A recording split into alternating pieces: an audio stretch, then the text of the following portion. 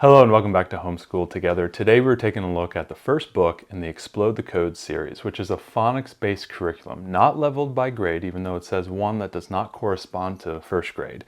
Each book you can get for just under $20. They cover about 100 pages.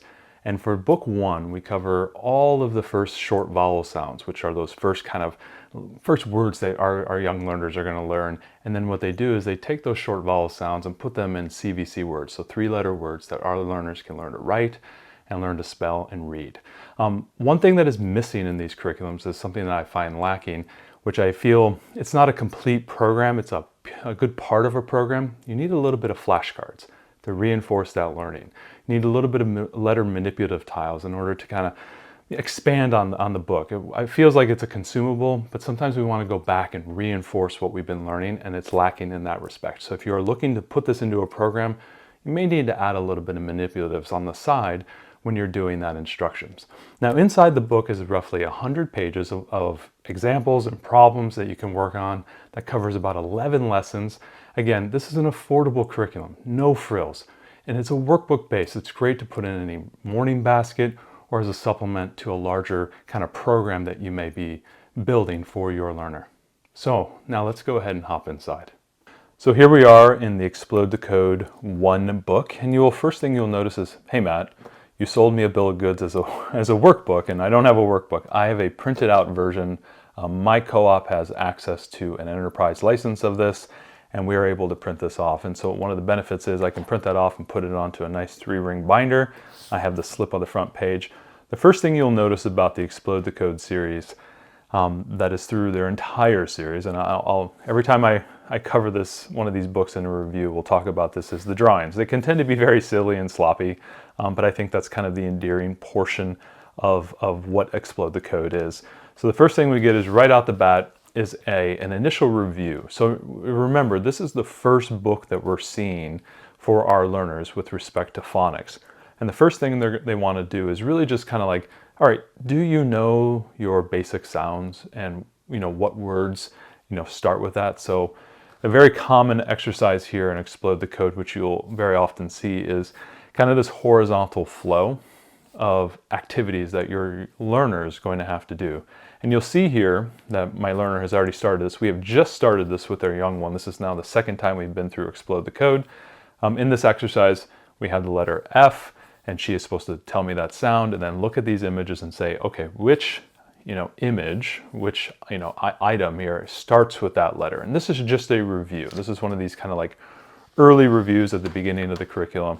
We've printed this on both sides of the book, and we're able to move on through here. So as you can see, we've completed these options. We go through basically the whole alphabet before we actually get to lesson 1. So they had like a little bit of a review to start, but here we are in lesson 1. So the first thing they do is they introduce the first short vowel, and that first short vowel is the letter A and the A sound. And so here on this page, we have been given the short vowel sound of A, and the goal here is to find the object in that row that starts with the letter, the short vowel sound. So for example, take this one right here. We have a bed, we have stairs, and we have an astronaut. And so she was able to know, oh, that's an astronaut. Now sometimes with the pictures with our young learners, they may not know exactly what that thing is, and it's pretty common. Like for example, my daughter was like, okay, is that an ant or a hill? Like even they sometimes put little arrows to help you, but sometimes the learner may not see or recognize what that means. They may say, oh, the banana, or is it the monkey? We don't know. So definitely have to sometimes point that out, especially in these early books, because this is sometimes maybe the first time that your learner is actually getting into some type of workbook or some type of phonics-based program. Maybe you've done the letters with them, but this is the first time they're actually doing something real. They may need a little bit of assistance, and don't feel like that is wrong for you to help them in that way. Here we are looking for identifying the word bat, which has a short A sound. Things that I like to do here with these types of activities is, obviously they're supposed to look and see fat, and then find fat here, and be able to distinguish the F and the H apart, and be able to say, oh, that's the same word as this one. Something that I like to do here is take an opportunity to actually show some reading, show some letter sounds, and show some blending. Take that opportunity. A lot of times with workbooks we feel, oh, they've done the activity, that's great. But with workbooks like this where we don't have more materials and more flashcards and letter tiles and things of that nature, a lot of times we have to take the activity and see if we can expand a little bit more. Like I can come in here with my finger and say, hey, let's read this together. Fat. And we can actually take the opportunity to actually try to sound out the letters and start to blend sounds. I enjoy doing that with her on these books. I've done this with my daughters now before. And we take that opportunity to try to expand on what is a very simple exercise of, making an X on the letter, rat and finding and identifying that. So definitely keep that in your mind when you are approaching any type of workbook, is to not just do the activity, but see what more you can do on the activity to kind of expand that. Another thing that I like about Explode the Code in their entire series is that they do include handwriting here.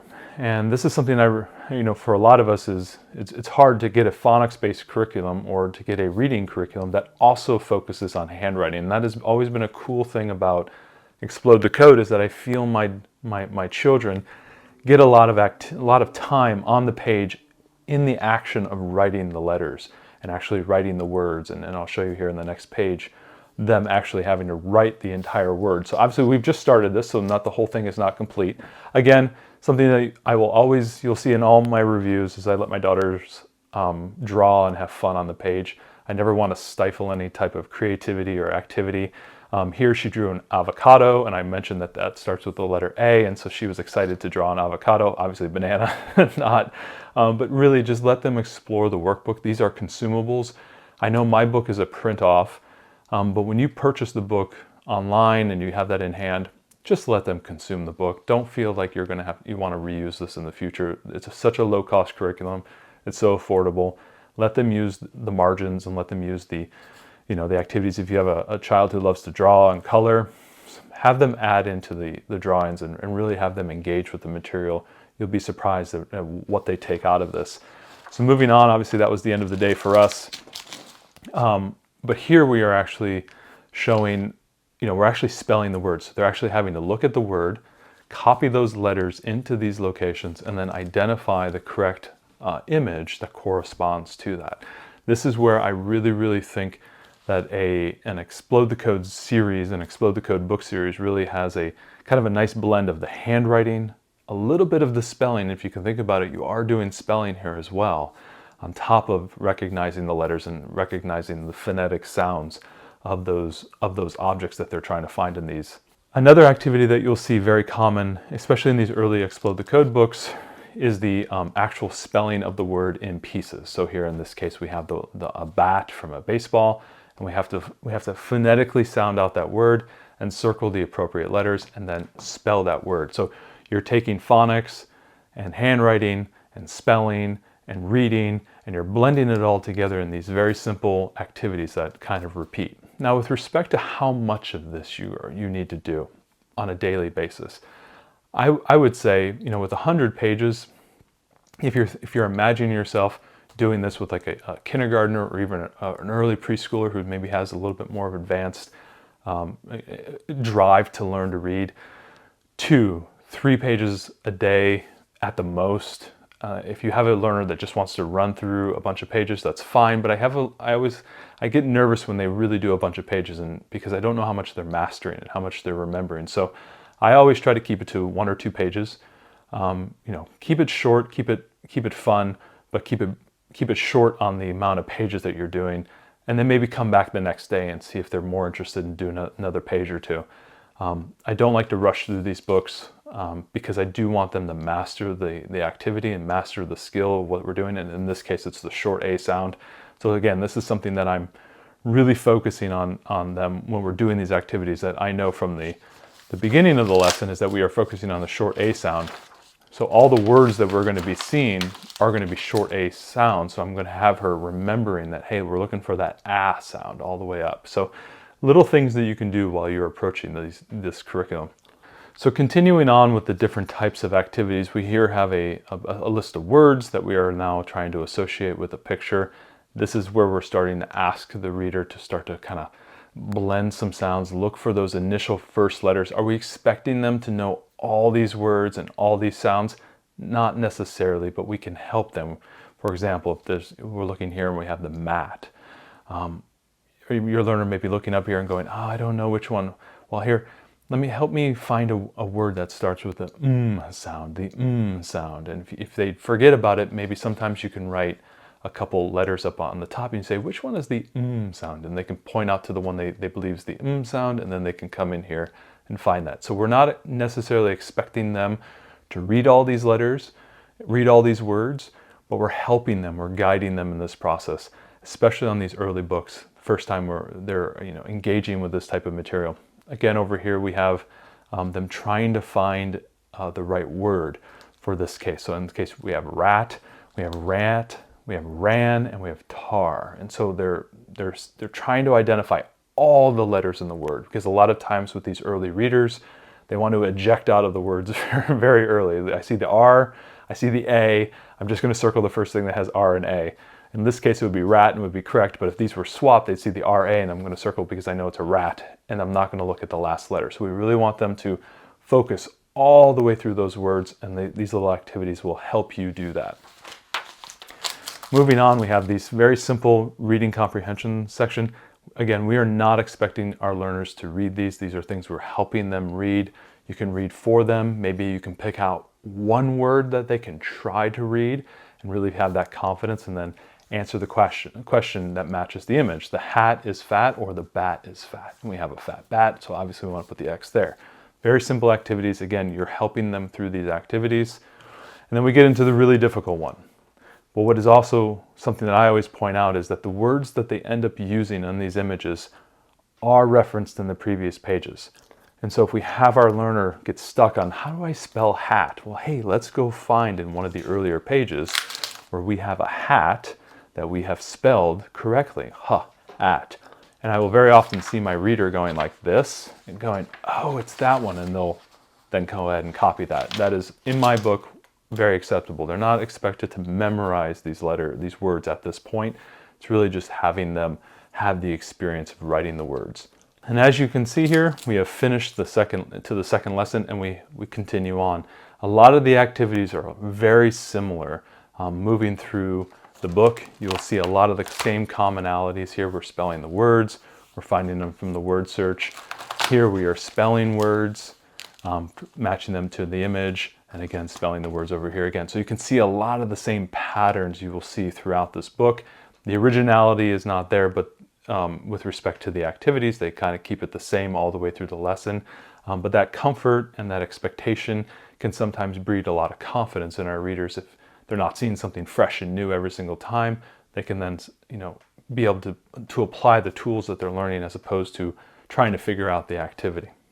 So hopefully that walkthrough helped you in making a decision about your Explode the Code choice, especially with book one. This is a great starting point for a lot of families to really kind of feel out where your child is on their reading journey. A lot of times when you're early on and with these type of books, you're looking for a way to make a choice on what type of curriculum you're looking for. There's a wide range of reading curriculums out there. Explode the Code is a really, really popular one out there that a lot of families have found success. Where we end up using this curriculum, or where I would recommend you to use this curriculum, is not as the end-all for your reading curriculum. I feel it doesn't have everything you need to help supplement. It has a lot in here, especially with the handwriting and the spelling activities that we saw in the overview. But I feel it's missing a number of things with like letter tiles, things like flashcards, reinforcing sight words, things of that nature. There's obviously no short stories in this. They have those in their other books, which we hopefully review soon, and we'll link those below when they're available. There is no reading comprehension, no reading short stories in this book, and you'll have to go ahead and supplement that with the Beyond the Code series as well. I like this series as a way to drive mastery, whether it's your be-end and end-all curriculum and you've added a lot of additional features and tools and little manipulatives and whatever helps you teach these concepts. I like to use it as a mastery tool at the end of a major curriculum. So I have a major reading curriculum, and then I come back and I loop back into this as just kind of a breather, a breath of fresh air for my learner to kind of take the skills that they've learned over the past 4 or 5 months and go ahead and do these activities. It's just like a fun thing to do. I put them in morning baskets. When you go on travel and trips, if you're going to find yourself on a 2 to 3 week vacation or something of that nature, this is a great place to take this. If you just want your student to just have a little bit of reading skills, just to keep those phonics activities going, especially through the summer, if you're taking the summer off, but you don't want them to not do any reading activities, this is another great example of where you can apply the Explode the Code series. I hope this helped you in making a good decision. We like the Explode the Code series, but it's definitely not a be-all and end-all curriculum. It's definitely something you're going to have to piece together. Might be a little bit challenging for you to do that, but I think it's a great place for you to go.